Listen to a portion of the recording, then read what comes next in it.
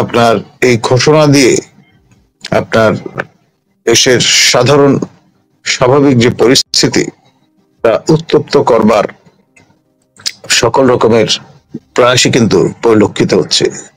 একদিকে গোপালগঞ্জ, আরেকদিকে আপনার সংসদ ভবন এলাকা, দুটি জায়গায় স্পর্শকাতর জায়গা হিসেবে রূপান্তরিত হয়েছে এবং এইসব এমন পরিস্থিতি জন্ম দিয়েছে যে আপনার এই চিরুনি অভিযান, তারপর আপনার কোট আনকোট আওয়ামী দের মোটামুটি যেটা বলে শায়েস্তা করা, এইরকমের বক্তব্য যারা দায়িত্বশীল পদে আছেন তাদের পক্ষ থেকে প্রদানের মধ্য দিয়ে আপনার যেটাকে আগুনে ঘিতাহুতি বলে সেই কাজটি হয়েছে।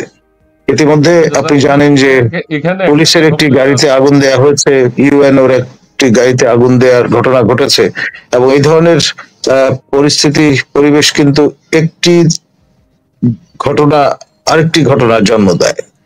এবং ইতিমধ্যে সার্জিস আলমের নেতৃত্বে যে এনসিপি দলটি বা প্রতিনিধি দলটি যেখানে গোপালগঞ্জে উপনীত হয়েছেন, তাদের 11টায় ভিত্তিপ্রস্তর স্থাপনের যে কাজ, জুলাই ভিত্তিপ্রস্তর, সেটি তারা ইতিমধ্যে সম্পন্ন করেছেন বলে জানা গেছে এবং আপনার সমাধিসৌধের দিকে কেউ অগ্রসর হয়েছেন এমনটি এখন পর্যন্ত জানা যায়নি।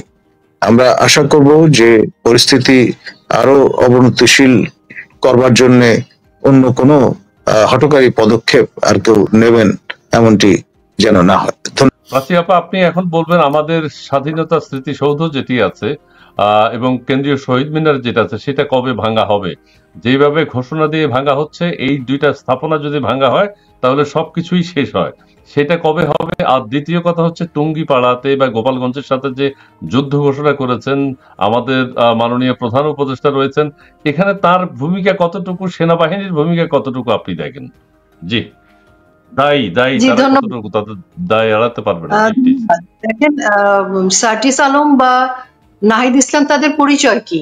1 বছর আগে তারা ছাত্র নামধারী কথিত সন্ত্রাসী, যারা ছাত্রদের মুখোশের আড়ালে একটা আন্দোলনের নামে সন্ত্রাসী কর্মকাণ্ড চালিয়েছিল।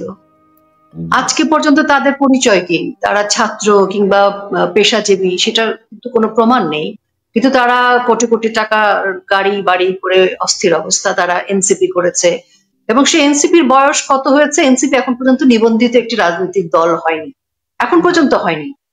সেরকম একটি অবস্থানে সার্জিস আলমের মতো একটি ছেলে প্রকাশ্যে ঘোষণা দিচ্ছে সমাধি ভাঙবে, লং মার্চ টু গোপালগঞ্জ, এই যে ঔদ্ধত্য দেখাচ্ছে, সেখানে এই প্রকাশ্যে হুমকি দিচ্ছে, উস্কানি দিচ্ছে, সেটাকে রাষ্ট্র, সেটাকে ইউনূস সরকার, আবার পুলিশ প্রশাসন, সেনাবাহিনীও দেখছি কোথাও কোথাও তাদেরকে দিয়ে পৃষ্ঠপোষকতা করছে, যেমনটা ধানমন্ডি 32-এ বুলডোজার চালানোর সময় বা এবং এখন পর্যন্ত সারা বাংলাদেশে দিয়ে আসছে। তার মানে আমি বলবো যে এখানে সার্জিস আলম না, এই কথাগুলো, এই ইচ্ছাটা, এই ভাঙচুরের প্রয়াসটা এবং এই ভাঙচুরের ফলশ্রুতিতে সারা বাংলাদেশে যা ঘটতে পারে, এই সকল কিছুর পরিকল্পনা কিন্তু ইউনূসের। কারণ তিনি যদি এটি না চাইতেন তাহলে তো তিনি এটি বন্ধ করতে পারতেন। রাষ্ট্রের দায়িত্ব তো এরকম হানাহানি করবার মতো পরিস্থিতিকে সমর্থন বা সহযোগিতা করা নয়।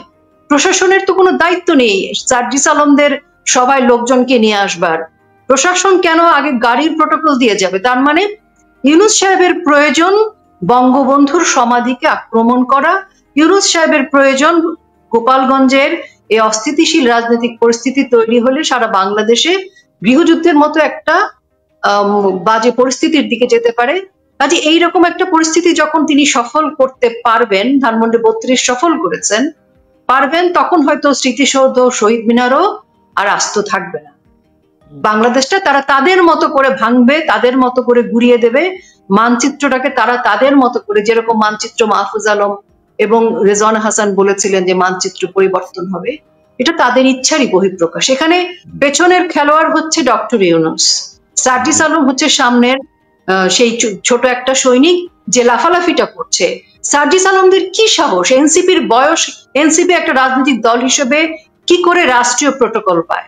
এই না, প্রশ্নগুলো তো খুবই সহজ। ঘোষণা দিয়ে একটা জেলা বা একটা অঞ্চলকে আক্রমণ করা বা কারো বাড়িতে এটা তো আঘাত একদম করা, রাজনৈতিক, সেইটা কত আইনের একটি দৃষ্টিতে কতটুকু অনিয়ন্ত্রিত মানে এটা হওয়া রাজনৈতিক উচিত? দল, নিবন্ধন হয়নি এরকম এক পর্যায়ের একজন মানুষ এটা পারে না। কাজেই ডক্টর ইউনূস উনি করছেন, সামনে সার্জিস আলম, নাহিদ ইসলাম, হাসনাত এরা আছে, জঙ্গি সন্ত্রাসীরা আছে, শুনতে পাচ্ছি পুলিশের পোশাকের আড়ালে সন্ত্রাসীরা আছে, এরকম জঙ্গিরা আছে। এখন অনেক কিছুই ঘটতে পারে, কারণ যদি রাষ্ট্রের প্রধান ব্যক্তি যিনি চক্রান্ত করে চেয়ার দখল করেন এবং তিনি যদি মনে করেন যে তিনি এরকম ভাঙচুর, বুলডোজার পুড়িয়ে দেবেন, সবকিছু নিশ্চিহ্ন করে দেবেন, রিসেট বাটন দেবেন, জি, তাহলে তার পক্ষে এরকম করা সম্ভব। এবং আজকে বাংলাদেশ কিন্তু সরাসরি বাংলাদেশের জনগণ বনাম ডক্টর ইউনূস মুখোমুখি দাঁড়ান, জি, এবং এর ধন্যবাদ। পরিণতি যা ঘটবে সেটার দায়ভার ইউনূসকেই নিতে হবে। জি, টুঙ্গিপাড়া গোপালগঞ্জের কোনো নতুন খবর আপনার কাছে আছে কি এখন এই মুহূর্তে? আমি যেটা বলতে চাই সেটা হচ্ছে যে আপনি যে প্রশ্নটা রুমা আপাকেও করলেন, এর আগেও করলেন, এই প্রশ্নগুলোর সাথে কিন্তু অনেক কিছু জড়িত, অনেক উত্তর আছে। আমরা হয়তো অনুষ্ঠানের স্বার্থে ছোট ছোট করে বলছি, কিন্তু একটা বিষয় মানে মাথায় রাখতেই হবে, জনগণের কাছে সেই বার্তাটা পৌঁছে গেছে ইতিমধ্যেই। দেখেন 5ই আগস্ট থেকে শুরু করে কিন্তু তারা মুক্তিযুদ্ধকে আঘাত করছে, মুক্তিযুদ্ধের স্থাপনা ভাঙছে, বঙ্গবন্ধুর যাবতীয় ছবি যেখানে যেখানে যা পেয়েছে ভাস্কর্য সহ সকল কিছু ভাঙছে, জাদুঘর ভাঙছে, মুক্তিযোদ্ধাদেরকে অপমান করছে, মুক্তিযোদ্ধাদের সনদ বাতিল করছে। কেন? তারা যে চক্রান্তটা করছে, তারা যাদের সাথে হাত মিলিয়েছে, তারা যে ধরনের বাংলাদেশকে যেখানে নিতে চায়, সেখানে বঙ্গবন্ধু অনেক বড় বাধা। জীবিত বঙ্গবন্ধুর চাইতে মৃত বঙ্গবন্ধু অনেক শক্তিশালী। বঙ্গবন্ধুর আদর্শ, বঙ্গবন্ধুর যে মানে আত্মত্যাগ বাংলাদেশের জন্য, সেখান থেকে বঙ্গবন্ধুকে সরিয়ে তারা তাদের মতো করে নতুন রাষ্ট্র কায়েম করবে, সেটা তারা যেরকম ভেবেছিল সহজ নয়। সে কারণে কিন্তু মুক্তিযুদ্ধ, বঙ্গবন্ধু, বাংলাদেশ সকল কিছুর প্রতি তাদের আক্রোশ। তারা কিন্তু বাংলাদেশের উপরও খুশি না, বাংলাদেশ নামটাতেও তাদের আপত্তি, বাংলাদেশের মানচিত্রে আপত্তি, জাতীয় সঙ্গীতে আপত্তি। অর্থাৎ 1971 সালে আমরা যে বাংলাদেশ অর্জন করেছি 30 লাখ শহীদের রক্তের বিনিময়ে বঙ্গবন্ধুর নেতৃত্বে, সেই বাংলাদেশটাই তাদের পছন্দ না।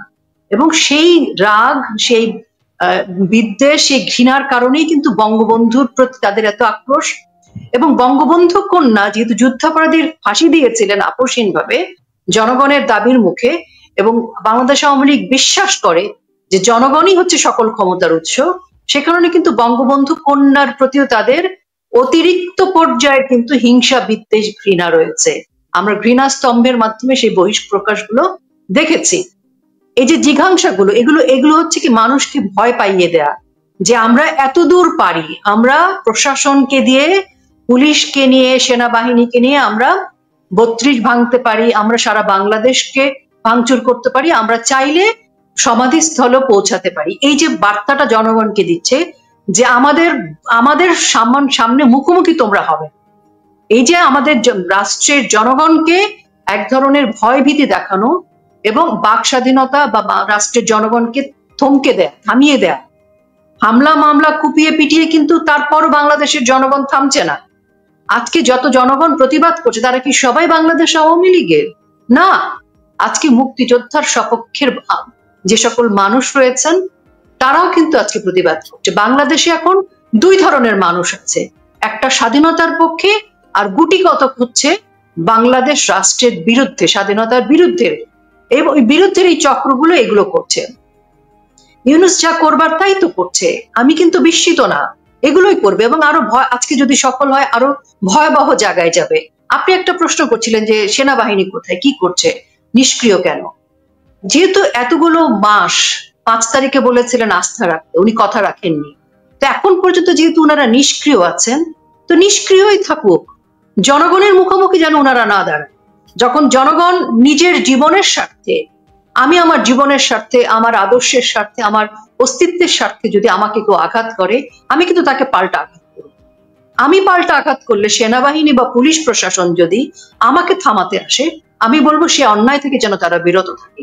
আপনারা নিষ্ক্রিয় আছেন, এনসিপি কে থামাচ্ছেন না, তাহলে নিষ্ক্রিয় থাকবেন, আমাকে থামাতে আসবেন না। আজকে জনগণের মুখোমুখি কিন্তু সেনাবাহিনী দাঁড়িয়েছে, পুলিশ প্রশাসন দাঁড়িয়েছে। আজকে ইউনূস রাষ্ট্রের মুখোমুখি, জনগণের মুখোমুখি সেনাবাহিনী পুলিশকে যেমন দাঁড় করিয়েছে, তেমনি সরকার জনগণের মুখোমুখি এসে দাঁড়িয়েছে। দেশকে এই জায়গায় নিয়ে আসার পরিকল্পনাটা তারা শুরু থেকেই করেছে। এটা যে হুট করে করছে ব্যাপারটা তা না, আমার তা মনে হয় না। এবং তাদের যে ইচ্ছা, নির্বাচন দিবে না, তারা গৃহযুদ্ধ করবে, তাদের আরো অনেক রকমের নৃশংস পরিকল্পনা আছে। জুলাই সনদ, সংবিধান বাতিল করা, বাংলাদেশের আরো অনেক কিছুকে দিয়ে দেওয়া, মানচিত্রকে কেটে ছেটে ভিন্ন রকম করা, বাংলাদেশকে একটা বিকলাঙ্গ রাষ্ট্রে পরিণত করা, যে রাষ্ট্রের কোনো অস্তিত্ব থাকবে না, একটা ইসলামী উগ্রবাদী রাষ্ট্রে পরিণত করতে চায়। আর ইউনিসেফে কিছু যায় আসে না, শুধু বাংলাদেশকে ওনই করে না। এরা কেউ কি বাংলাদেশ পছন্দ করে, ভালোবাসে? আমি আমার জীবদ্দশায় আমি কোনোদিন দেখিনি ইউনূস সাহেব বাংলাদেশের জন্য 2 টাকা পকেট থেকে বের করেছেন, কিংবা 2টা কথা জনগণের জন্য অনুপ্রেরণামূলক কিংবা দেশের মানুষকে সাহস দেওয়ার জন্য বলেছেন। বরং উনি বলেছেন লেখাপড়া করার দরকার নাই, চাকরি বাকরি করার দরকার নাই, বই পড়াশোনার দরকার নাই। এবং তার ফলাফলে কি হয়েছে? স্কুল কলেজ শিক্ষা ব্যবস্থা শেষ, মাদ্রাসার ছেলেমেয়েরা কিন্তু পড়াশোনা করছে। আজকে আপনি দেখেন, আছে কিন্তু স্কুল কলেজ কোথায় কোথায় ছেলেমেয়েরা পড়াশোনা করছে। আজকে বই নাই, ব্যাগ নাই, ব্যাগের মধ্যে আজকে দেশীয় অস্ত্র পাওয়া যাচ্ছে।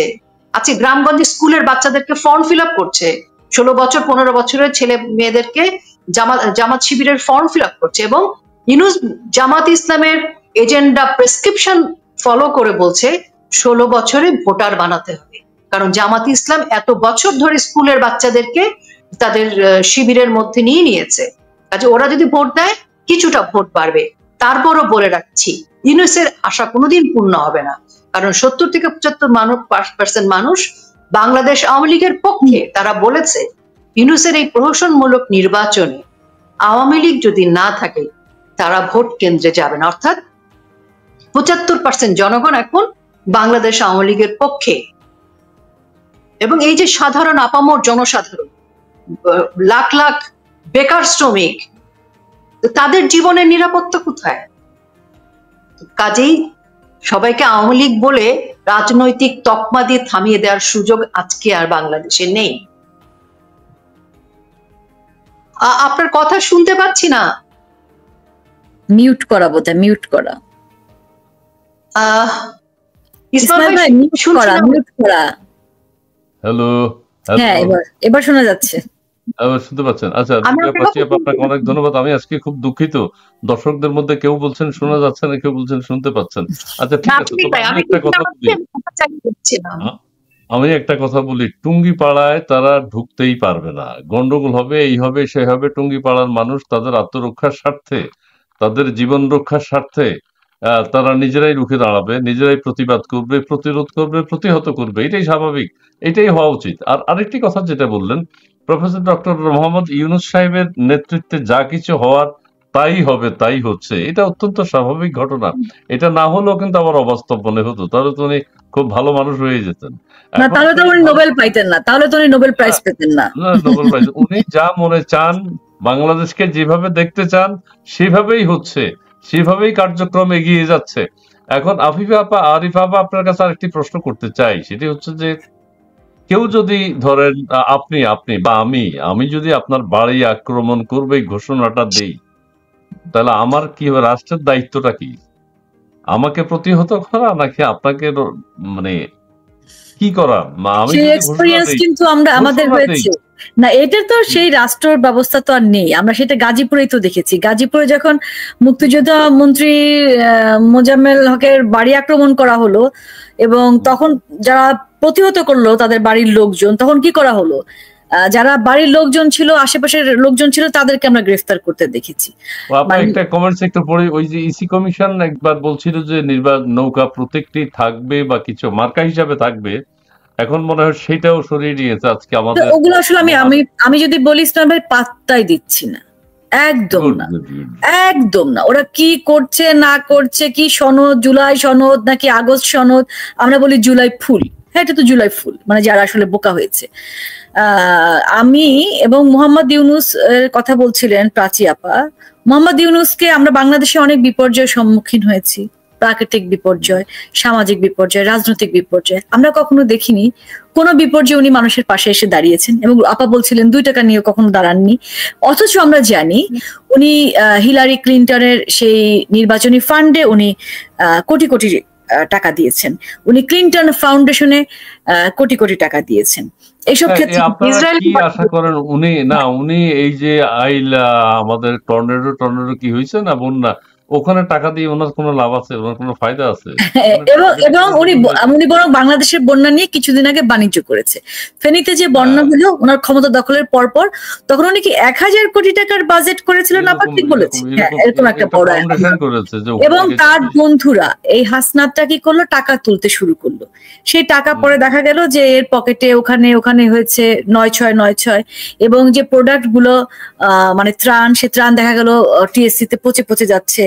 এবং সেই বন্যায় দুর্গত যারা, তাদের পুনর্বাসনের জন্য উনি কিছু করেছেন এরকম কোনো কিছু দৃশ্যমান না।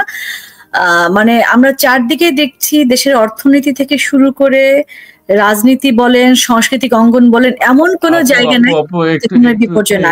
এটা পরে হুররাম সুলতান তিনি বলছেন পুলিশের পোশাক পরে পুলিশের গাড়ি থেকে শিবিরের লোকজন নেমে সাধারণ লোকজনের উপর গুলি বর্ষণ করে, যার ফলে গোপালগঞ্জবাসী হাওয়া দেয় পুলিশের পোশাক পরা শিবিরের লোকজনদের। এটা কতটুকু সত্য? যাই হোক, তিনি লিখেছেন, আমি পড়ে শোনালাম। না, এটা আমি বিশ্বাস করছি এই কারণেই, আমরা কিন্তু দেখতে পাচ্ছি যে দেশের আইন আদালত থেকে শুরু করে পুলিশ স্টেশন থেকে শুরু করে সব জায়গায় কিন্তু তারাই বসে থাকে।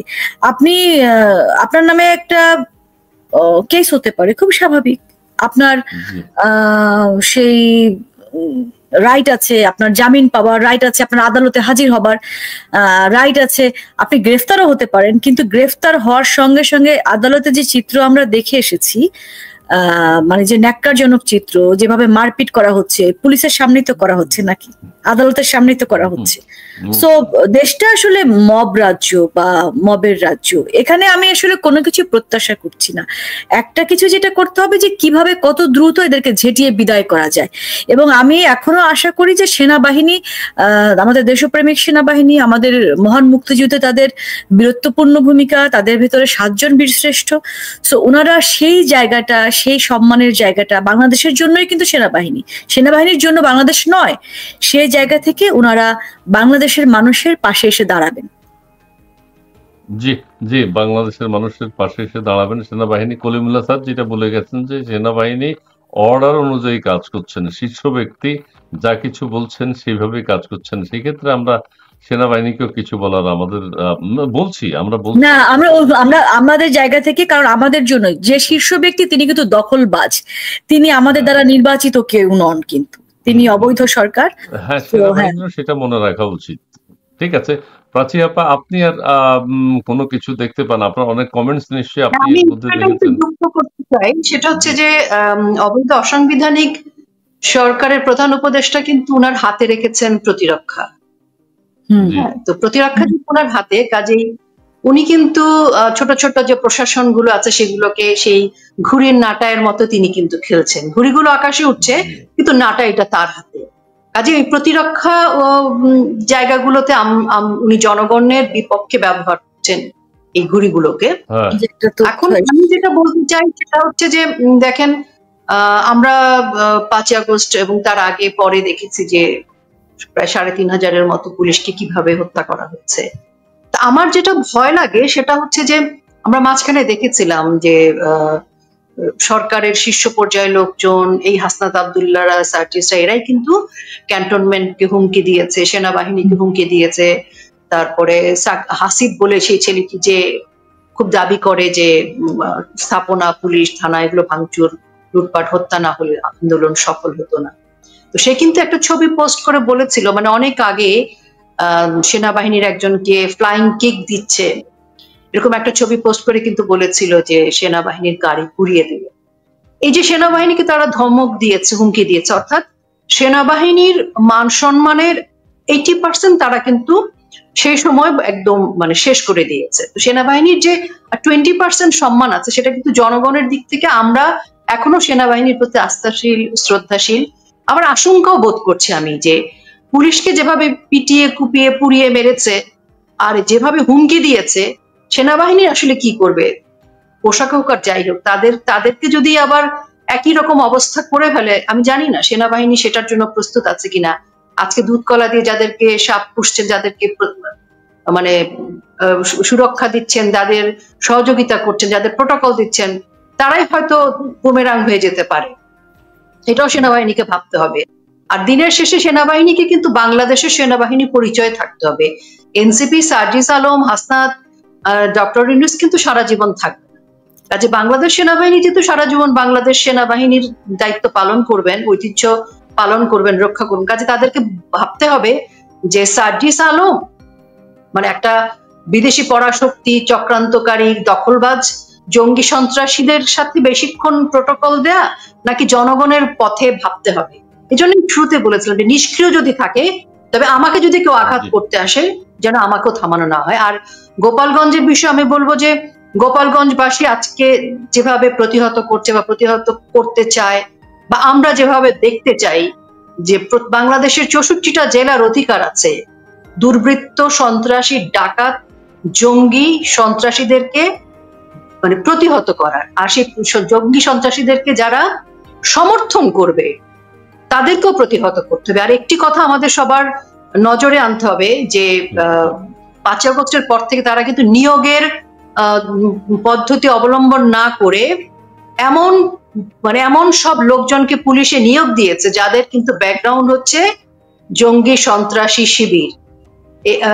মানে সেটা প্রত্যেকটা সেক্টরে। তবে পুলিশ প্রশাসনে এত বেশি নিয়োগ হয়েছে যে তাদেরকে আর আলাদা করে জঙ্গি সন্ত্রাসীর প্রয়োজন হবে না। এদের যে ব্যাকগ্রাউন্ড এবং তাদের যে অবস্থান বা নীতিগত জায়গা, সেখানে সাধারণ মানুষকে প্রতিদ্বন্দ্বী হিসেবে মনে করে পিটিয়ে মারাটা এখনকার প্রশাসনে যারা আছে সেটাও খুব অস্বাভাবিক নয়। কারণ পুলিশের লোকজন মাইক্রোফোনের সামনে হুমকি দিচ্ছে, গোপালগঞ্জের মাটিতে দাঁড়িয়ে হুমকি দিচ্ছে কিন্তু ক্যামেরার সামনে অন রেকর্ড। এই যে হুমকি দিচ্ছে জনগণকে, জনগণের ট্যাক্সের টাকায় কিন্তু তাদের বেতন হয়, তাদের ঘরে রেশন যায়। কাজে আজকে জনগণের বিপক্ষে যে তারা দাঁড়াচ্ছে তাদেরকে ভাবতে হবে। সারা বাংলাদেশের মানুষ, এখানে আর আওয়ামী লীগ বলে কিছু নাই, বঙ্গবন্ধু সারা পৃথিবীর বাঙালি জাতির অবিসংবাদিত নেতা। জি।